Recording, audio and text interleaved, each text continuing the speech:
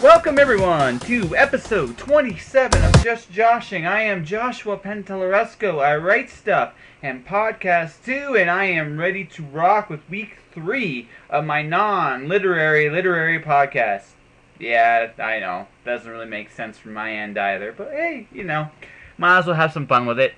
This week, though, is all about music. I'm going to be interviewing this week Dave Anderson of the band called the Shillelaghs, all while playing Magic the Gathering. That's right, we played Magic the Gathering while we talked on the podcast, and it showed in a couple places. However, it was fun, it was hilarious, it was a good conversation. We'll get to that in just a minute, but first, let's talk about, well, what's been going on with me. It's been interesting.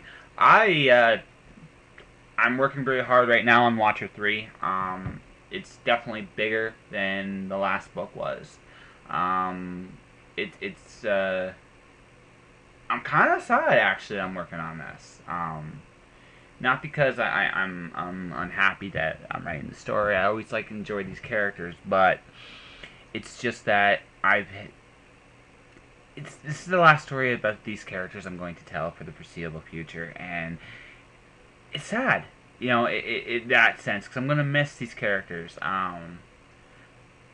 The Watcher himself is this tough, savage kid that learns about freedom and grows, and yeah, it's a great little book, and it's a great little series, and he's a good character, and I'm going to miss him. I'm going to miss Kristen, too. Kristen is probably the toughest character I've ever wrote in my life. Jailbreak is still one of my favorite chapters I've ever written. And this is the last time I'm going to be talking to them, Will and Nikki, and everything else. And it's a worthy finale for them. But yeah, it's kind of sad that I'm kind of getting to the end of that, and then find out the good news.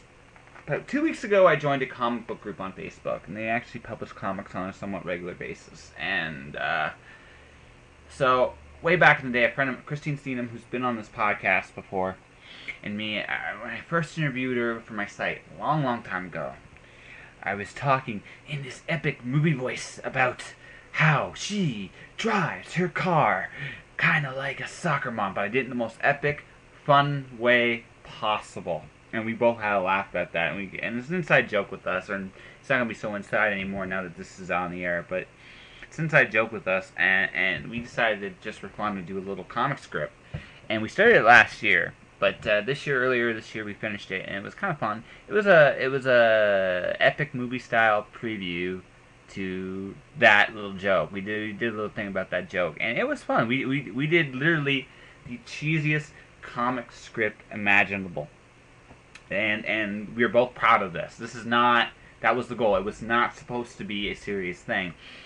But we presented it to an editor, and he liked it, and it looks like next month, sometime, I'm going to be working on comics again, which is kind of an exciting, enthusiastic deal, and I'm going to be working on, other things as well next month. I'm going to be pretty much back on to the novel full time. Some chats are coming up, but anyway, I've done quite a few interviews with the podcast to get myself nice and ahead, but it seems like more interviews still are coming my way, so I'm gonna be doing that next month, and yeah, it's great. I'm expanding what I'm doing, which is always a fantastic deal. And yeah, like I said, I didn't think I'd be doing comics this year, but that seems to be coming down the pike now for the rest of this year. I've been seeing stuff from a buddy of mine, Gio Marco, who, if you're listening to this, buddy, I can't wait. I love what I've seen so far. We've been working on. We've had a project in the back burner for 2 years. He disappeared literally off the map for like a year, and I'm starting to see him surface and stuff. And he's been working his tail off on this. And we're gonna see where the future holds with that. But yeah, so I got 2, 3, and I'm finally starting to work on Paradigm 3.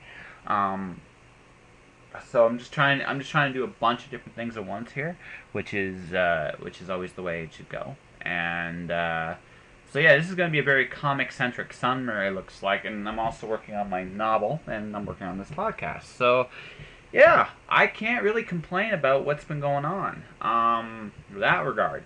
I'm I'm doing more things. I'm getting myself more acquainted with the local Calgary scene. The only thing I'm not going to be able to do that I'd like to do is some short stories, but that just seems to be the stuff that seems to get sacrificed when you're doing all these different things. So I'm hoping to improve.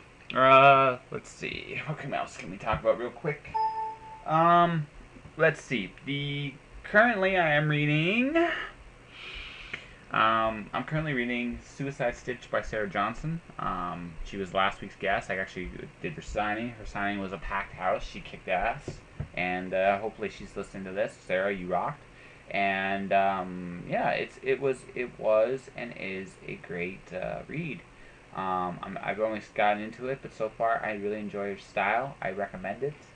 I just did something for Mirror World. I'm hoping you see it this week. These 10 rules to writing. I'm sure I broke my editor's brain because one, I didn't do 10 rules. I did 8 rules because 10 rules, guidelines, something or other. Everybody's different. I've learned this with quite a few people.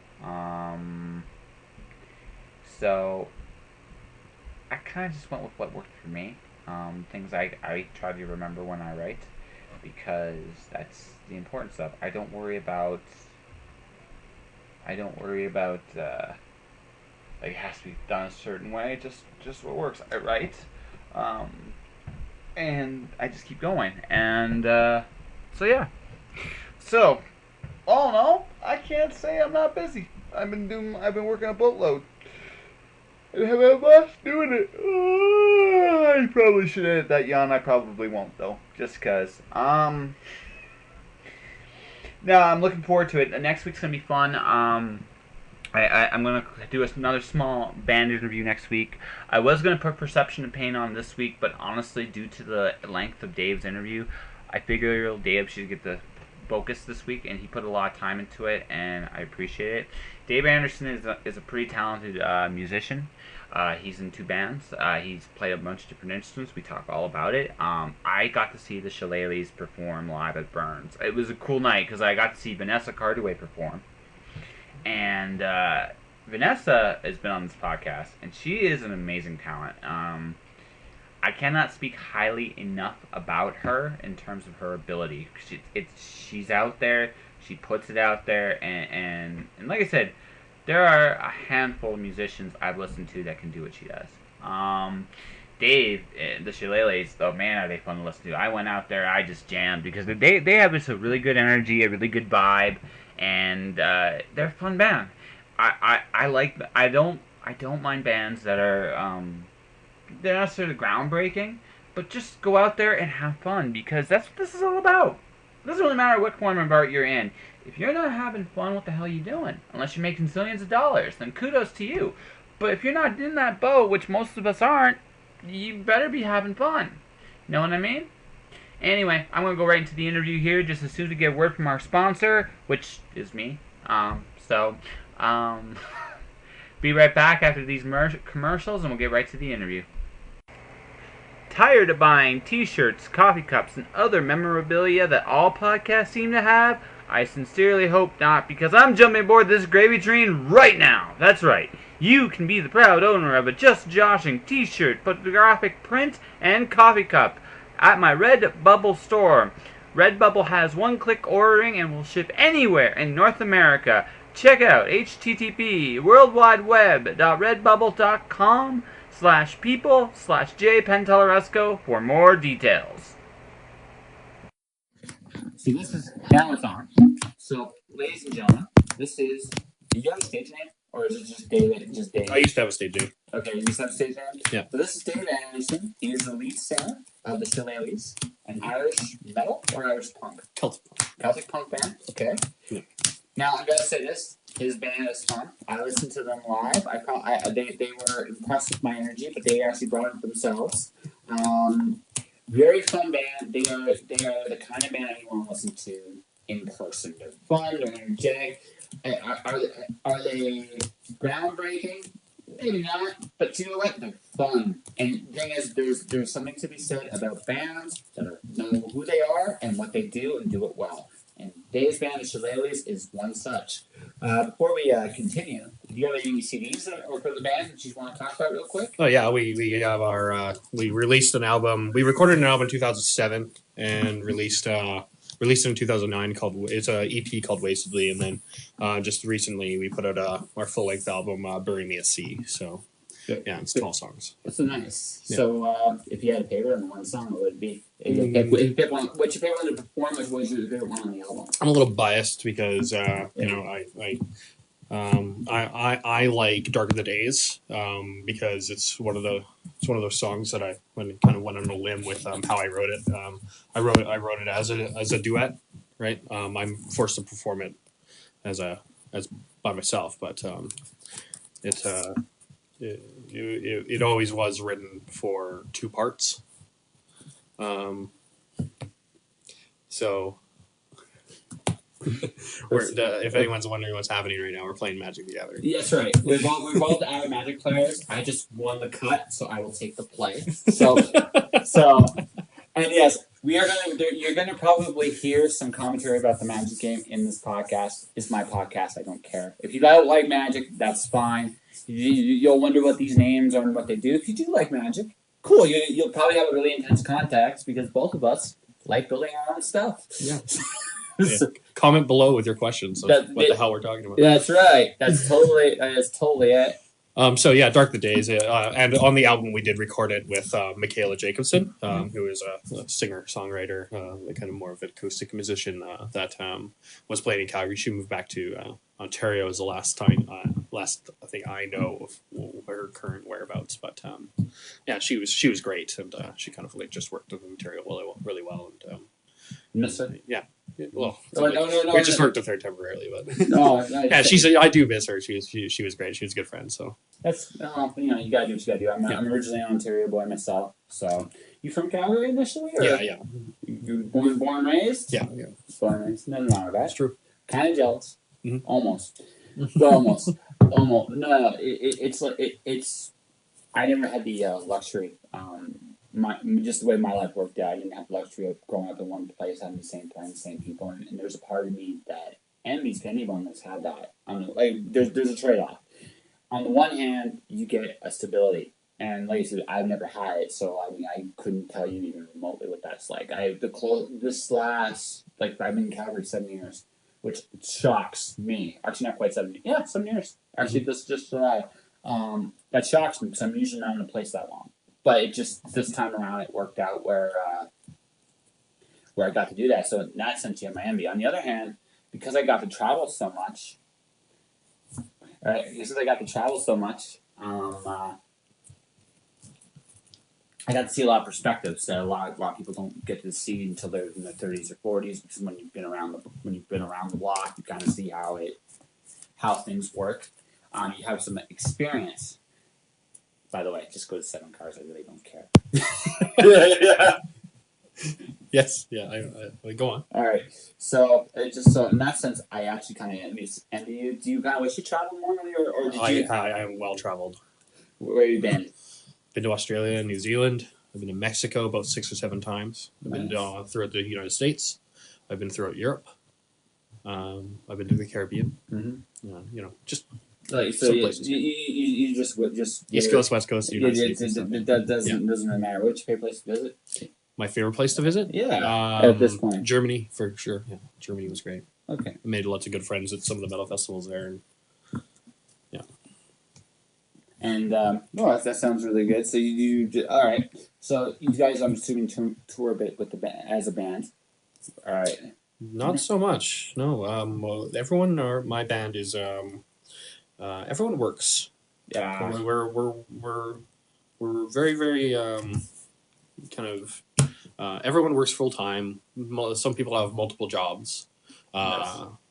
My the lead guitarist in the band, Kyle Libis, he just recently became a father, so it makes it tough to schedule for everyone. There's also it doesn't really help that there's seven members of the band, right? Yeah. So. By the way, on a personal note about your band, I think your players are badass. Just because it's really, really, as loud as you guys are, as loud as you guys are, I can actually still hear her. Yeah, Lisa's great. Yeah, she's really. I totally. She's the newest member of the Shillelaghs, and Yeah. she's been really great. So Oh, it's not. No, I thought that was really, really awesome. And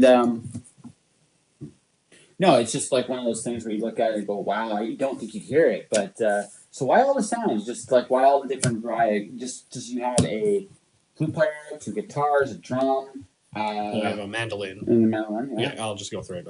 So we have a piccolo player, we have a guitarist and bass player, we have a mandolin player, we have an accordion player, and we have a drummer and a lead singer. That's right. So I mean, that's an interesting sound. So is there a particular inspiration for the sound? Well, we started out. It was kind of like really funny. Like at the time, I was really getting into heavy metal and stuff like that.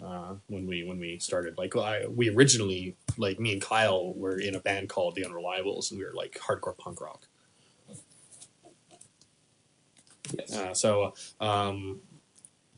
We did that for a while, and it kind of got kind of not really too interesting anymore. And we decided that we'd try our hands writing some more experimental music. So I got on drums initially, and I was doing like double kick and heavy metal drumming to acoustic guitar.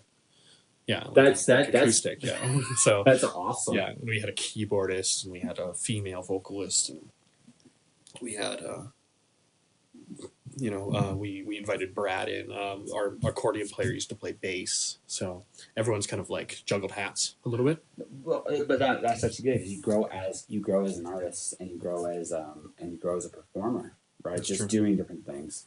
Do you wish you'd go back to the double kick? Do you miss it, or do you? Well, I'm not the drummer anymore at all. Yeah, right? no. So Yeah, exactly. That's what I'm asking. Do you miss it at this point, or are you enjoying just? well, I was a lead singer first in the Shillelagh in the Unreliables, so that's kind of like my bread and butter, where like my talents lie. Like I play drums right now in a band called Walk Alone. Okay. So, and that's me and my good friend Matt Shannon and my good friend Dusty. And, that's really like where I get a lot of my like aggression and like my spirit out, right? But the Shillelaghs is where I kind of exercise my brain a little bit. Which is again different stress and different muscles and doing different things, and that's always a good thing. So when did you first start playing music? I started playing. I guess. Would have been a couple of years. Probably around 2003, I would say 2000. Maybe the earliest is 2002. And it was it just blundering around in the dark, really. Yeah. Yeah. Well, that's okay. I mean, that's where the best stuff comes out. I learned a long time ago that here he's playing something devastating. Jazzy Mimic with a +1/+1 counter. That's right. Go That's ahead. right. The cards will not be explained at the bottom of the podcast. You must ask questions, so no. That's okay. When many things have happened, we're not really filling everyone in. No, it's okay. Okay, so to continue. Here. So.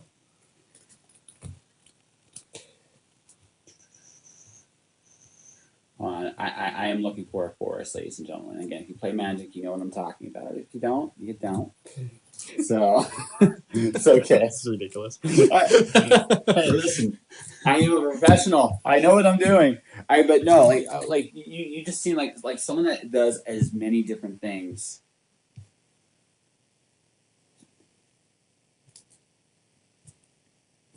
Yeah, someone does as many different things as you do, right? Someone that usually people like that discover their musical talents at a really young age because it's just something like even if you just pick up something. I remember I grew up when I was living in Windsor, Ontario. I remember this little kid. I was banging on these drums. And this little kid, he was 3 years old, was just looking at me like I was just some evil, like I was perverting his engine. And at 3 years old, he just would just jam on the drums like nobody's business. And so, I mean, was that like that with you? Or just was just completely, I just want to try it, see where it goes? I started going to shows at the Multicultural Center in Calgary around the 2000.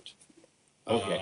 So my parents used to drop me off at the downtown on the east side. So like 15, 16 then? Yeah, something crazy like that, like Yeah. 14, like Yeah. that young, and they were all ages shows, and the bands that were playing, they'd be metal bands and skinhead bands and emo bands and hardcore bands and punk rock and street punk and all this sort of stuff, and all the bands would be playing together, and I really that kind of informed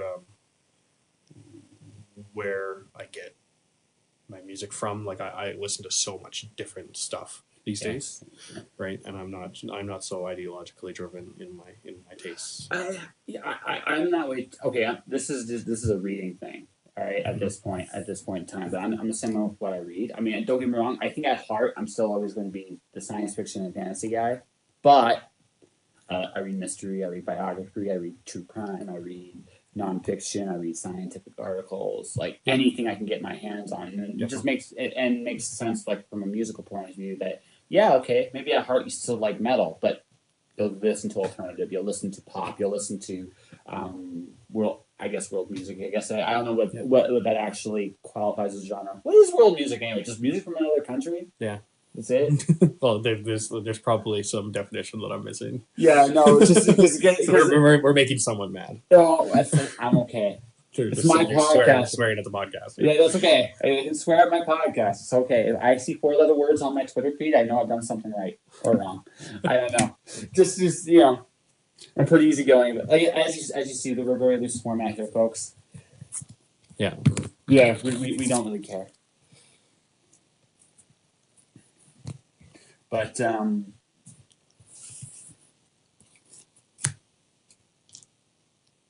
I shake my fist. He played something that actually gets halfway scary. But it reshapes matter. It does. It really, really does. That's all we're gonna say there. But no, just because it makes sense. So you're doing so many different. You have to, because it's the only way you're gonna come up with ideas, like of just different ways of expression. What do you think? This is something I've noticed in writing, is that medias are now becoming more and more mixed. Mm-hmm. Is it becoming that way more so with music? Yeah, definitely. You have to. It's kind of a weird. It's kind of a weird era to live in. It's kind of like the music industry is like dying, like a rather quick death. So there's not too much to be said about that. It just is what it is. You either adapt or die, and you either get good. I've been I went and stayed with a good friend in Montreal, and another touring band was staying there with them at the same time. So we're all kind of like bunkered down on the floor, and these kids were just each one of them had a Mac laptop. Each one of them had it out in front of them. Mm-hmm.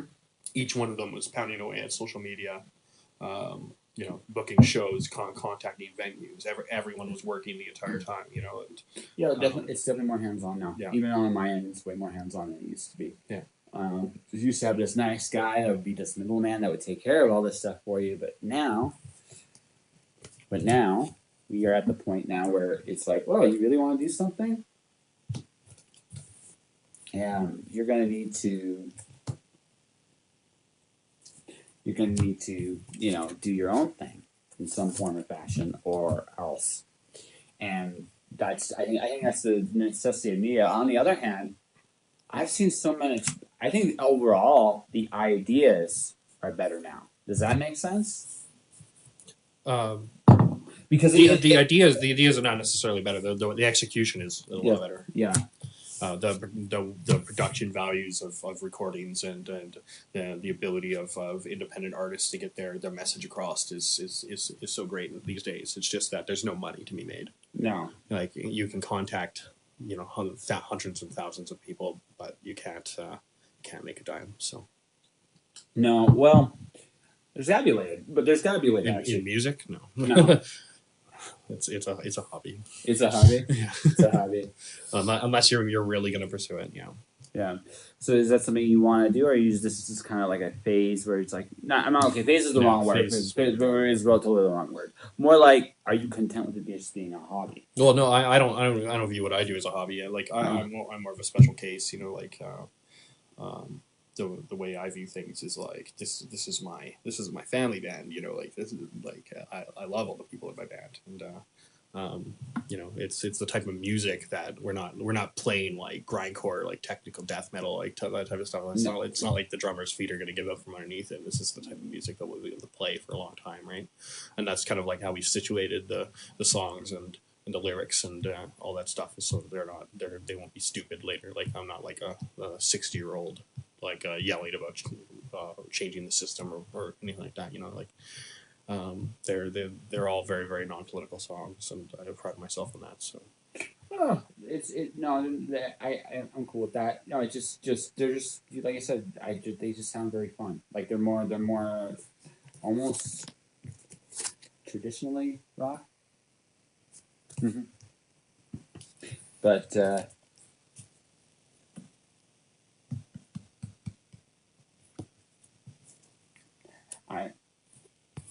yeah. Actually, I will say this as an aside, playing Magic silently is actually more honest. to show people what you're doing. Well, yeah, because it's actually professionally honest, which is kind of strange to say, but it's true, nonetheless. And the funny thing is, if people really want to know before we go back into the kind of songs Shillelaghs do and what he does with his other bands and the differences, what we're doing is we are massing our army, and we're both big and scary, and we're afraid to attack each other right now. Attacking would require verbalizing everything. So. Well, it's not even so much that. I don't think there's a clear winner. I think the guy who attacks first dies. So it's like, so we're just sitting here, just slowly assembling our decks and trying to get to a point. I am a little worried, but not as worried as I should be. And he's like, my stuff's getting big and scary and has to be dealt with soon. It's ridiculous. Yeah. So it's just kind of one of those things. So, but no. So okay, you do Shillelaghs, and I'm sorry, I'm going to say this. I'm terrible with names. What was your other band called again? Walk Alone. Walk Alone. What are the differences between the two bands? Well, Shillelaghs is very, very it's in a genre, right? Whereas Walk Alone, we've decided that it's a little bit punk rock. It's a little bit pop punk. It's a little bit folk. It's a little bit rock and roll. You know, like fast, like the heavy, but still. It's not like a distorted guitar, you know. So it's different as well, you know. I don't really do anything standard, so. Well, but what? There's no fun in doing anything standard. Yeah. I mean, I don't know. I mean, just from my end, one of the reasons I did my books the way I did because it was different and there wasn't anything like it out there, and it wasn't, and so, and there should be. I mean, and this goes back to something we were talking about. On one hand, everything's kind of breaking down, and that's a very true thing. It's sad on one hand, but on the flip side, I get the impression that newer things are coming and different alternatives. Like I look at for example, we're doing a podcast right now. This is radio. I mean, it's a new medium in the sense that instead of having a radio where you dial AM, FM. It's on the internet, and that's just the way it is. The internet is all-knowing, all-seeing. However, radio is now probably more popular than it ever was. Maybe not the standard radio, right? But, I mean, the fact that I can listen to... We're talking about rock music, and we're doing an all-powerful Magic game. So, at the same time here, and people are going, I don't know why the hell you do that for a podcast. We've done something. Yes, we've actually done something. He's trying to kill my all-powerful creature, and I am responding with this. Yeah, I get it. Yeah.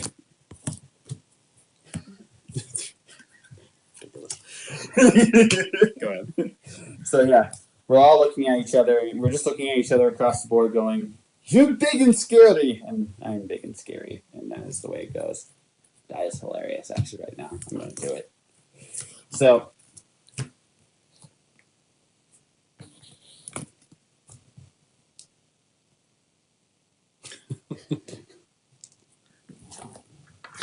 So, I have taken the lead. I think. Yeah, I'm kind of not really. I don't really have a lot of gas going on right now. So. No, you don't have a lot of gas, and my deck, like I said, the only thing my deck does do is it's very, very solid. So I'm coming at him for 10 damage. What's the toughness? 6. Well, I'm gonna block one of them with these two. Shit. He goes.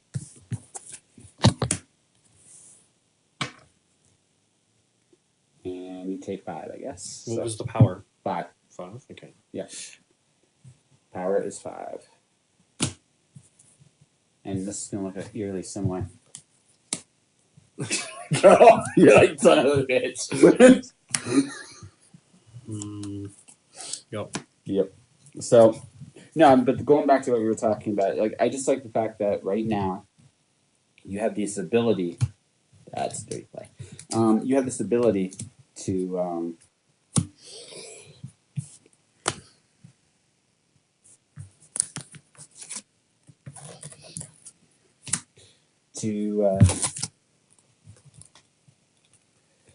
mix and mash mediums. You get to reinvent mediums. You get to. It's almost like on the one hand, no one wants to pay for content anymore. On the flip side, content is more in demand now than it ever was.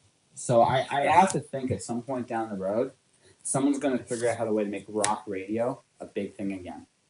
Maybe I'm wrong. Maybe I'm just being wishful in my thinking, but You never know. yeah. Radio. Well, I've read several interesting articles recently about why radio is kind of like killing the music industry itself, right? Oh, really? So why? Well, you got like Clear Channel, right? I know you actually ran this through me because this is something I really don't know Well, about. Clear is a big radio network chain, and they when they bought it's like syndicated radio, so you could be listening in New York to the same radio station, and you could be listening in San Francisco to the same radio station, the same song played at the same time of day, right? And it's not really That actually, like Jack FM. Oh, okay. Jack FM was everywhere. There's just Jack FM in lots of different cities. Like for instance, right? Okay. Casey Case and stuff. All right. Yeah. No, I get what you're saying. So instead, I see. So basically, instead of like, okay, every time they play a song, yeah, they're supposed to pay such an artist. Yeah. But they play it at the same time. They're like, and they play the same artists over and over again. Yes. Yeah. So that limits the pool, right? And and they drive all of the smaller radio stations out of business. Which is what's going on everywhere right now. Exactly. So the radio is like kind of like the thing that like I like podcasting, I like all that stuff. But definitely radio needs to die. No. I think mainstream radio is dying though because it's like television. Like why would I literally my kid come to give me a call about because I'm paying just internet. They're trying to sell me on channels. But why would I get a channel anymore? Yeah. It doesn't make any sense. Yes, folks, things look bleak for our hero here. But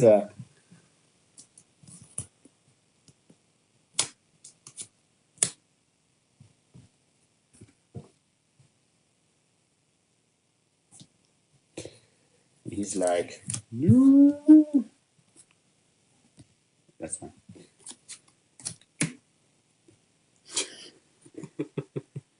So, folks, instead of taking a lot, he's still taking a lot, just not as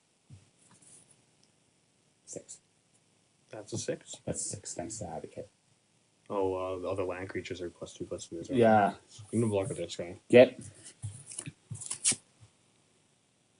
Hoping please be something good. It's not bad. On the field? Yeah. That sucks. That does suck, actually. Yeah. That would have been great in your hand. Mm-hmm.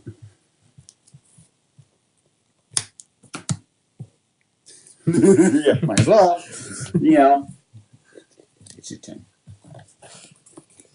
Yeah, so radio, I kind of like. It's never really done anything for me. Like CSW is a notable exception, I'd say. Yeah. No, that's fair. In Calgary, anyways. Yeah, no, it's fair. No, I'm just bringing this up because I'm just looking at the fact that it's kind of like, to me anyway. That's hilarious. We have come to.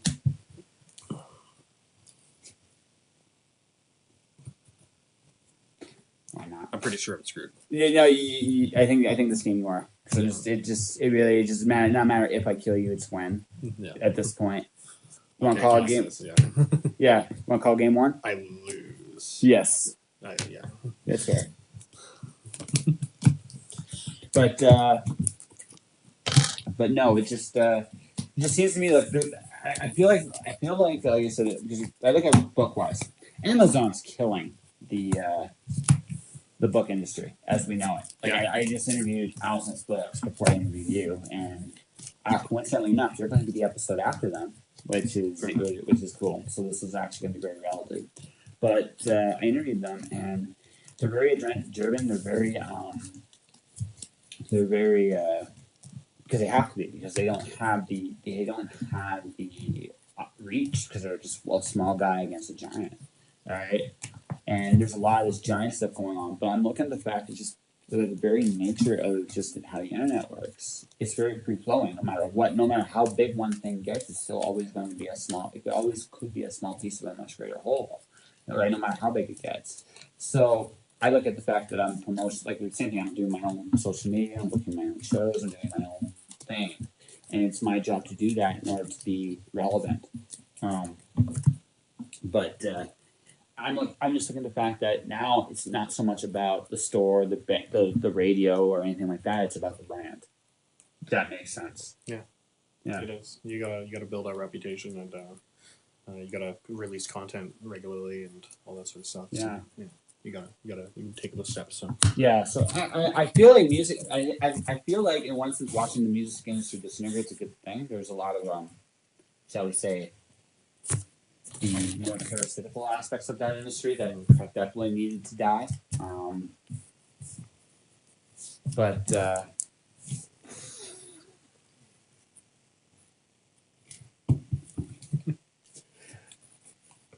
it's one of those things where I just kind of look at it and go, people are going to wonder what the heck's going on with these long pauses. We'll have to explain this at the end here. So what we're doing, folks, is something called a mulligan. Neither of us had a hand that was playable, so we decided that. And you look at it and you got to think about it. You got to think about whether you're going to keep that hand or not. So then you stop. You kind of trail off and stop talking, and then you're thinking, well, like I can't keep that. So then you start to shuffle it in, and then you remember, oh yeah, we're doing a podcast. So exactly. There's that, and also just the fact is, both of us looked at our fields last time. We're like, if either of us goes slow, the other guy's going to work us. Neither of us want to be worked quite that way. So,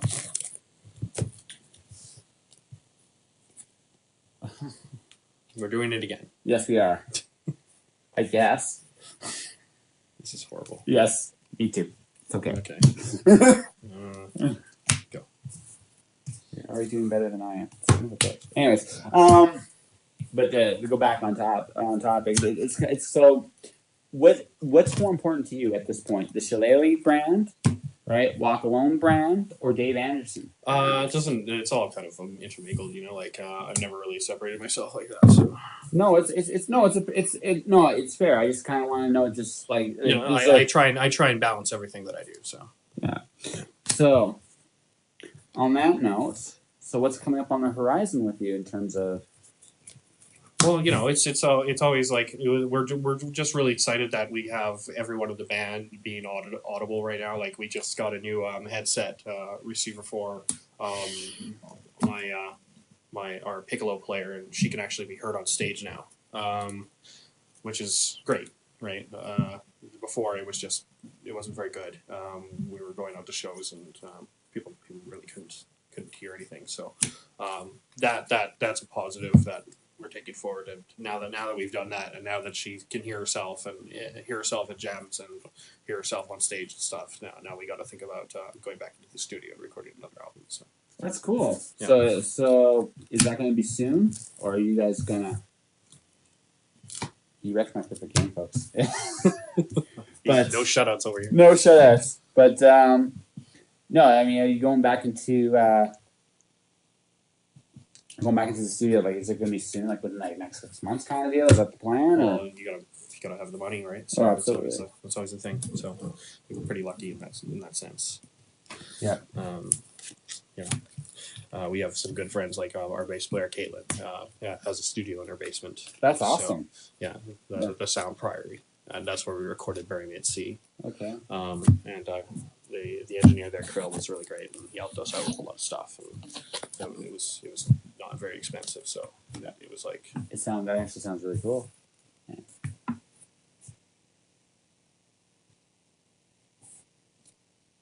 I missed a drop. oh, okay. I missed a drop. So Are you returning this? got anything right? Okay. Go. And drop for everybody paying attention is land drop. No, he's not taking a hit. He's gonna be like, oh. I get to see what's in the hand.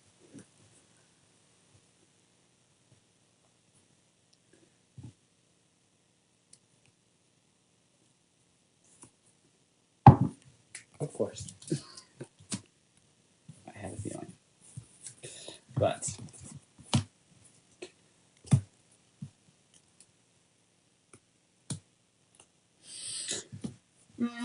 actually, I'm going to do this instead. This makes more sense. Does it? Yes, actually, it does. Oh, with the plant out. Okay. Yeah, I hear you. yeah, it does. He made a plant of the one. I did, and it's growing. Well, that's right. But no. So you're gonna go back in, hopefully money permitting. You guys are still doing shows on a regular basis on the scene. So what are your favorite actually like? Do you prefer bigger stuff or do you prefer smaller stage? We actually we can play both. You know, like some of our best shows are to 10 people, and some of our wildest shows are to 300. So. Yeah. So that's right. It can go both ways actually. Yeah. So So we grew up playing nothing, and our last show at the Ship and Anchor we sold out, I believe. There was a lineup at the door for like 2.5 hours. So. that's awesome. Yeah. That is. Oh, okay. So.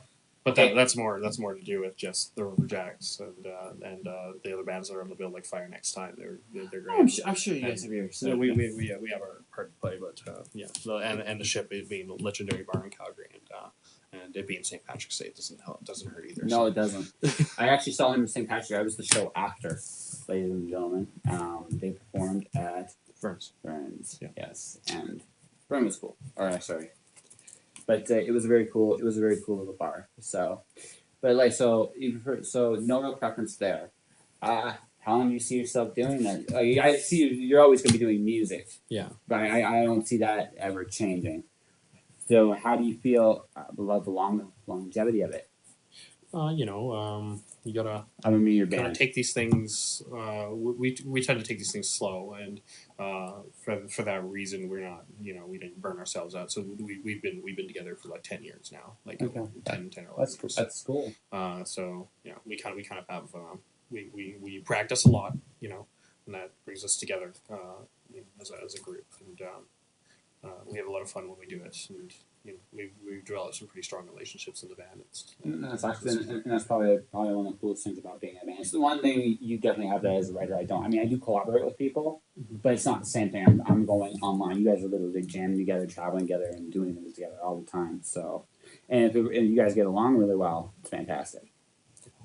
So, I'd say, yeah, sounds about right. yeah. All right. So, if people want to actually book you either way, how do they do so online? Oh, they just hit us up on Facebook, but our name is really, really hard to spell. So spell it. It's the Okay. SHILLELAGHS. Okay. Facebook. Yeah, on Facebook. And also on Bandcamp. Okay, on Yeah, Bandcamp. if you want to listen to the album for free, we have all the songs up there for free. Okay. And you can toss us some cash if you want. Yes. Guys, give them some cash. They're good. They're really, really good. Twitter or Instagram or anything like that? On Twitter, you can do @ShillelaghDave. Okay. And that goes right to me, and I speak on behalf of the band. So. Okay, that works. And he's about to make my life miserable, ladies and gentlemen. So before he does, I'm gonna shut the podcast down here right at this moment and let you guys think I actually won this one. Yeah, he totally gets it. Yeah, thanks so much, Josh. You're welcome. Yeah, bye. Seriously, thanks for having me. Yeah.